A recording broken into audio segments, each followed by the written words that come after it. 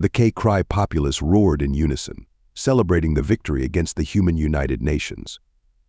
Every holoprojector was transmitting the devastation of the human world of Sirius Prime.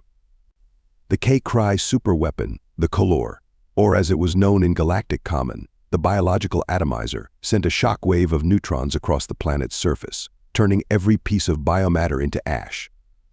The broadcast showed humans running and being vaporized, crying and trying to hide like the primitive apes they were.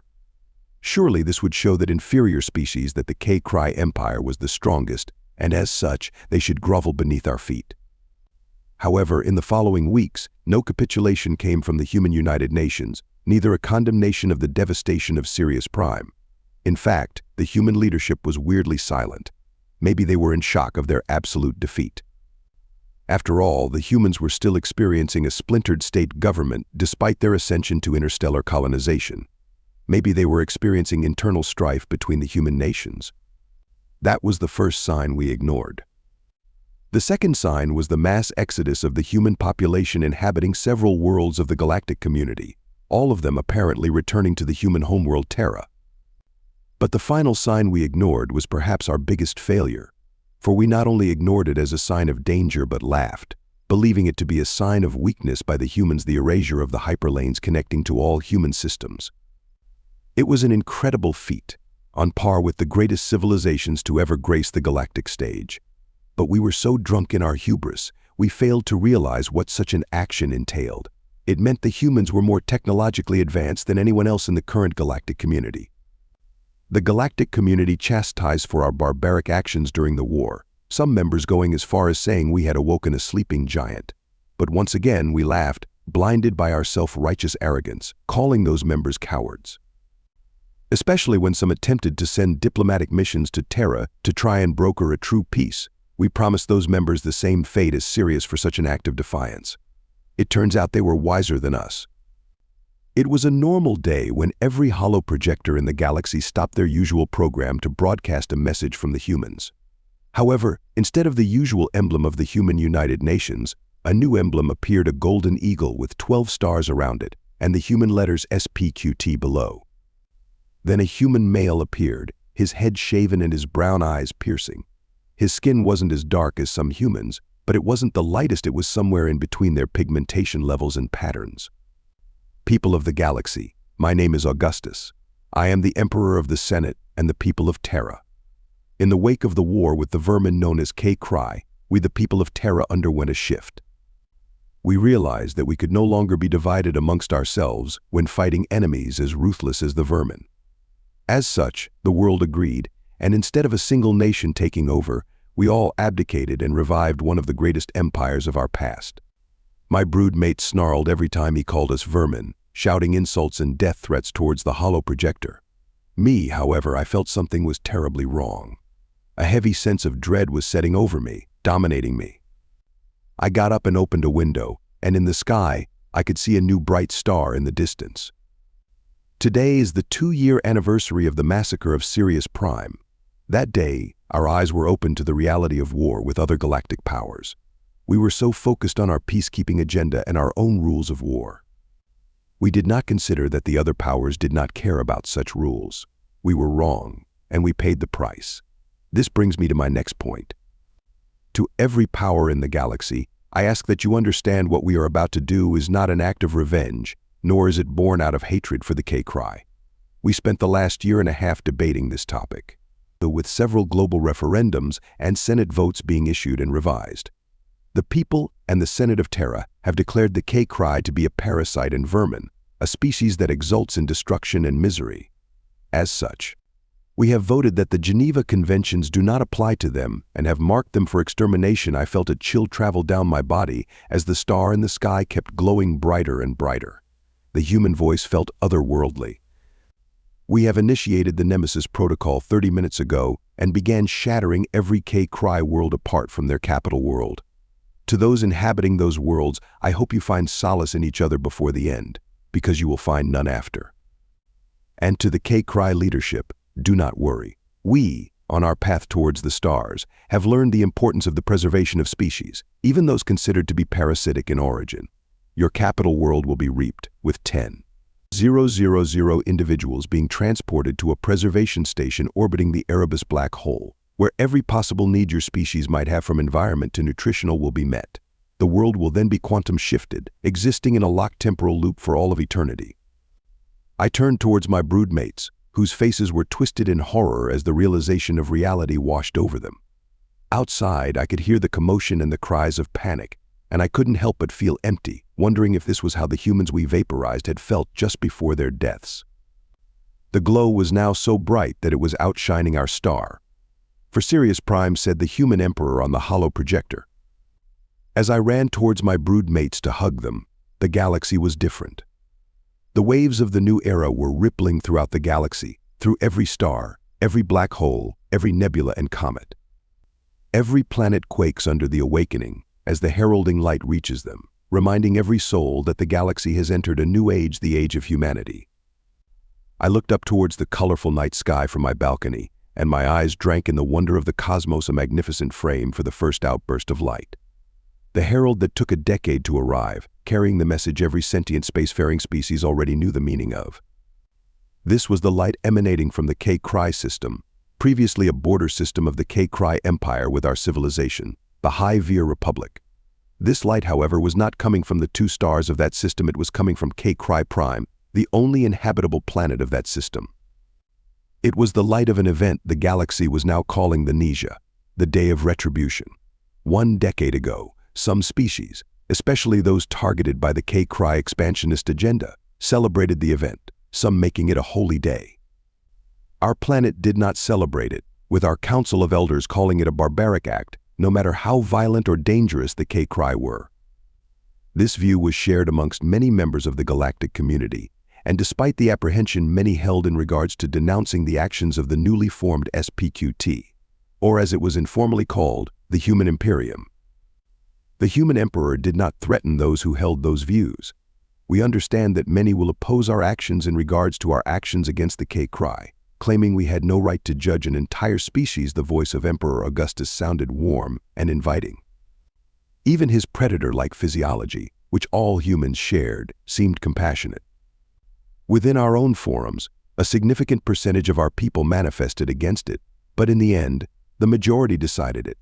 I know some will call our actions vengeful for the 1,343,000,000 humans that inhabited Sirius Prime at the moment of the massacre. I will not deny that grief still permeates our hearts and that some do hate the K-Cry.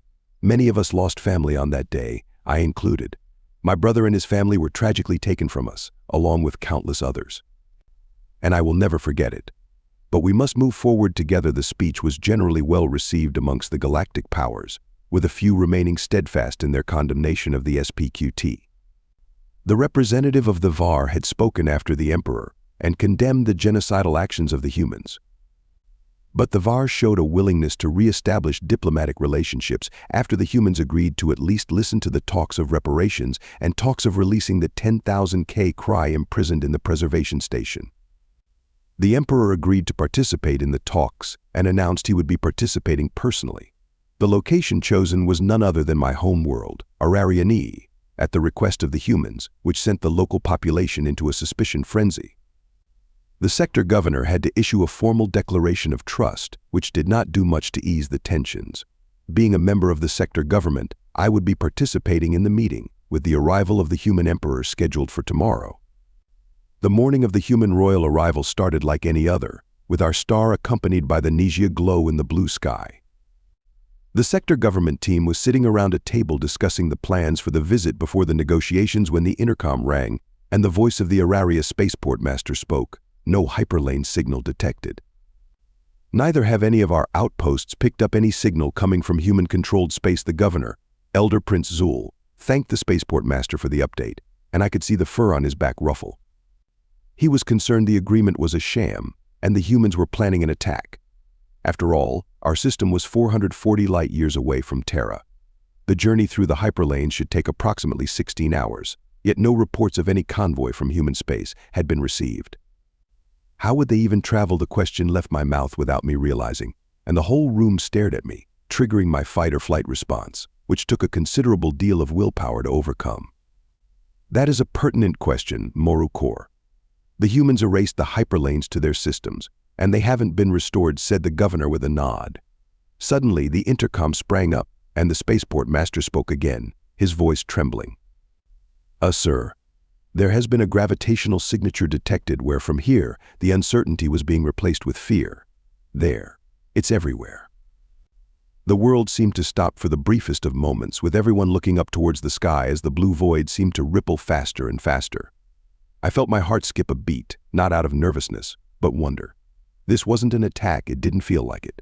This was something else. Suddenly, a ring appeared, sending one final wave through space, fading into infinite nothingness. Through the ring, we could see another set of stars in the distance and one planet. I immediately knew what planet it was. I had seen plenty of it over the last few years. Terra, home of the humans. However, it was not entirely as it appeared in the hollow projectors.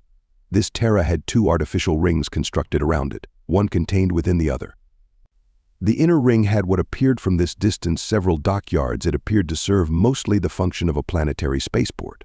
The second ring, with a circumference at least 10 times bigger than the inner ring, appeared to have seas and land on the inner surface. Lights dotted these islands or continents. The outside of this ring appeared to serve as an aggressive defensive barrier, with cannons and other weapons dotting the outside. The view of the marvelous planet was suddenly obstructed by a massive ship coming through the gate. It was an elegant vessel with completely black armor adorned in a multitude of golden botanical overlays. In stark white, the words TI Juno in the standard human alphabet stood out. Good thing I had studied the human alphabet and languages in the years before. Wait, how could I read it this far?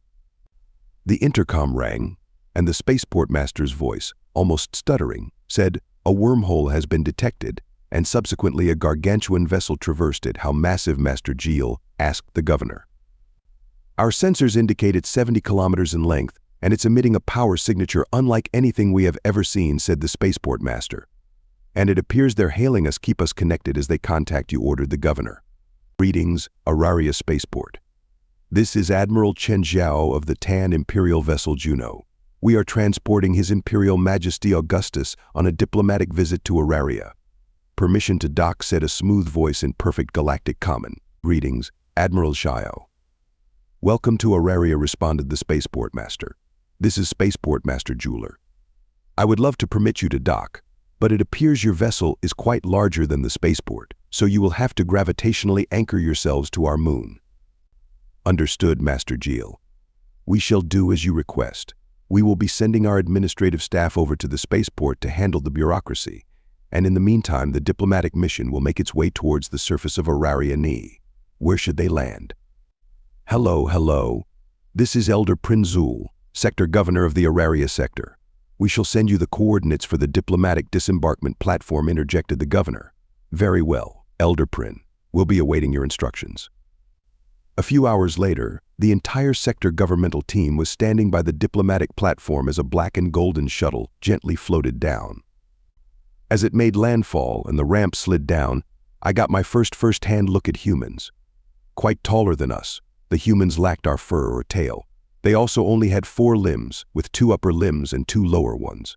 Their hair and pigmentation, however, was quite varied.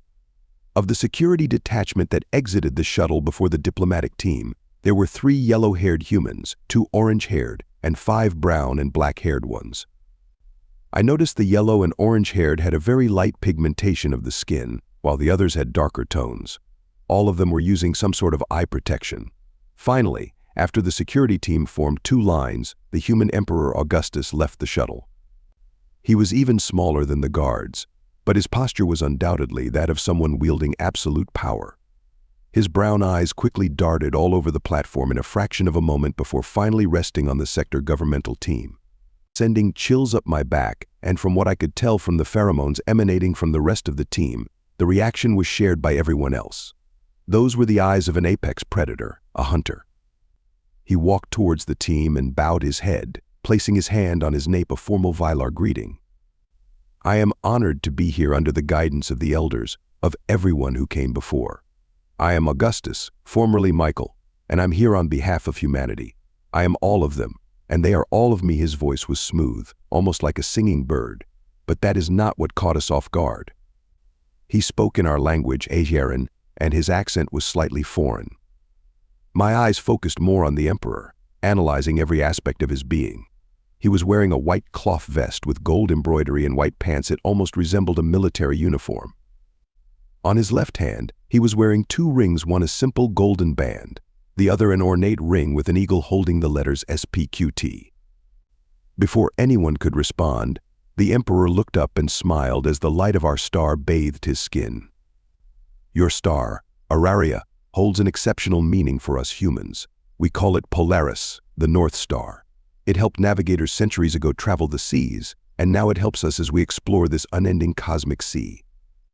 The governor smiled and cleared his throat before speaking the human English language. Welcome, Emperor Augustus. I am Elder Prince Zul. We are the ones who are honored by your visit, and we appreciate your dedication to diplomacy by learning our language. I am sure that as we advance, we will be able to prevent the mistakes of the past. The emperor nodded and approached the governor, holding out his hand. However, a loud yell echoed through the platform before the governor could grab the emperor's hand. On high alert, the imperial guard grabbed their weapons, but not fast enough.